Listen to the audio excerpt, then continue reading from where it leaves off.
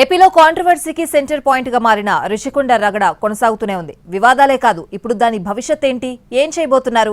ప్రజా ప్రయోజనాలకు ఉపయోగిస్తారా, ప్రైవేట్ సంస్థలకు అప్పగిస్తారా, లగ్జరీ బిల్డింగ్ నిర్వహణ భారం భరించగలరా, వందల కోట్ల ట్యాక్స్ పేయర్ మనీ సద్వినియోగం చేస్తారా అన్న ప్రశ్నలు తలెత్తుతున్న టైంలో ఏపీ ప్రభుత్వం పలు ఆలోచనలు చేస్తోంది.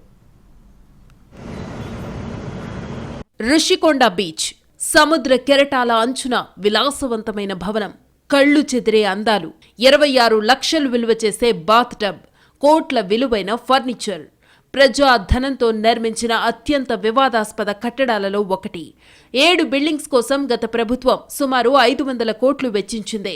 రాజమహళ్లను తలపించే ఈ నిర్మాణాలు, వాటి కోసం జరిగిన పర్యావరణ విధ్వంసం ఇవన్నీ వివాదాలకు కేంద్ర బిందువులయ్యాయి.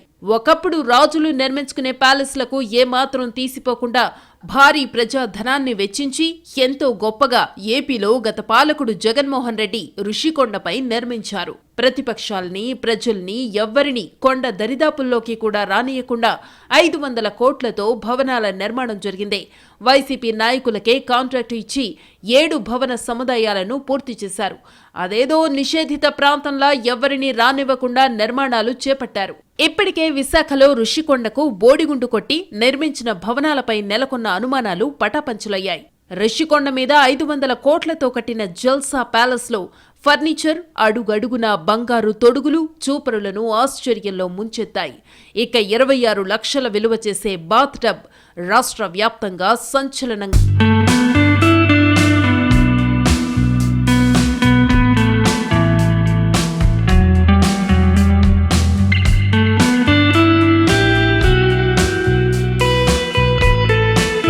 కళకళలాడే రిషికొండను ఇలా బోడికొండగా మార్చి విలాసవంతమైన భవనాలు నిర్మించారు. మాయాబజార్ సినిమాలోని మయసభను తలపించేలా పెద్ద పెద్ద గదులు, హాల్స్, ఫర్నిచర్లతో నింపేశారు.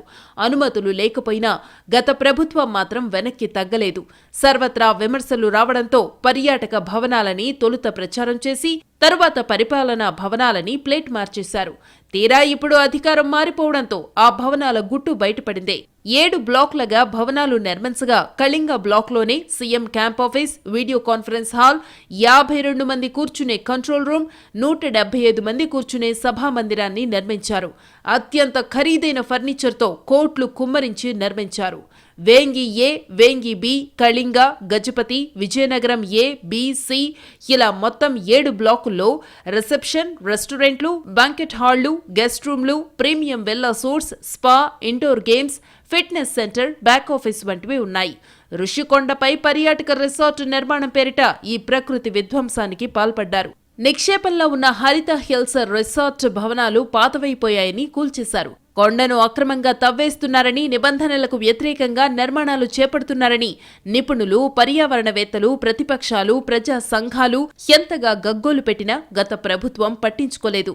భారీ యంత్రాలతో రాత్రింబవళ్లు కొండను తవ్వేసి బోడిగుండు చేసేశారు.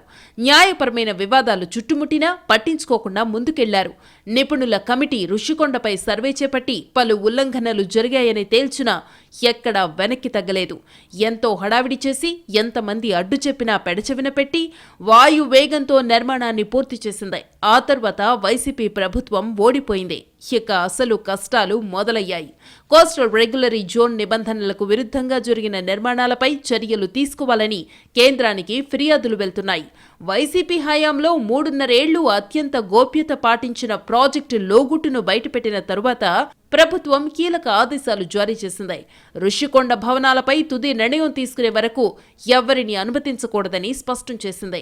ఈ టైంలో ఈ బిల్డింగ్ భవిష్యత్ ఏంటి, ఏం చెయ్యబోతున్నారు? ప్రజా ప్రయోజనాలకు ఉపయోగిస్తారా, ప్రైవేటు సంస్థలకు అప్పగిస్తారా, లగ్జరీ బిల్డింగ్ నిర్వహణ భారాన్ని భరించగలరా, వందల కోట్ల ట్యాక్స్ పేయర్ మనీ సద్వినియోగం చేస్తారా, వృధా చేస్తారా అన్న ప్రశ్నలు తలెత్తుతున్న టైంలో ఏపీ ప్రభుత్వం పలు ఆలోచనలు చేస్తోంది. ప్రభుత్వానికి అనేక ప్రతిపాదనలు కూడా వస్తున్నాయి. ప్రస్తుతం ఏపీ ప్రభుత్వం దగ్గర ఉన్న అత్యంత ఖరీదైన భవనాలు మాత్రమే కాదు, సీ ఫేస్ ఉన్నది కూడా ఇక్కడే. రాజధాని అమరావతిలో ఏర్పాటు చేసి ఆర్థిక రాజధానిగా విశాఖను అభివృద్ధి చెయ్యాలనేది ప్రభుత్వ విధానం.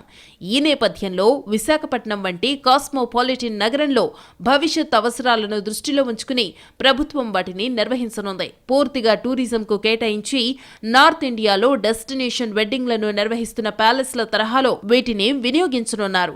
ఇక ప్రస్తుతం ఉన్న భవనాల్లో కొద్దిపాటి మార్పులు చేస్తే మరికొన్ని గదులు అందుబాటులోకి వచ్చే అవకాశాలున్నాయి. ఏపీలో visa processing centre, deputy high commission కార్యాలయాలు వంటి వాటికి రుషికొండ అనువైన ప్రదేశం. రాష్ట్రం ఏర్పడి 10 ఏళ్లు గడిచినా ఇప్పటి వరకు ఇటువంటి సౌకర్యాలు అందుబాటులోకి రాలేదు. వీటిని రుషికొండకు రప్పిస్తే వివిధ దేశాల జాతీయ పతాకాల రెపరెపలు ఇక్కడ భవనాల ఇంపార్టెన్స్ ను మరింతగా విస్తరిస్తాయని రుషికొండ ఐటీ పార్క్ అసోసియేషన్ ప్రతిపాదించింది. పైగా ముంబై, హైదరాబాద్ వెళ్లి వీసా పనులు చేసుకునే ఇబ్బందులు తొలగుతాయి.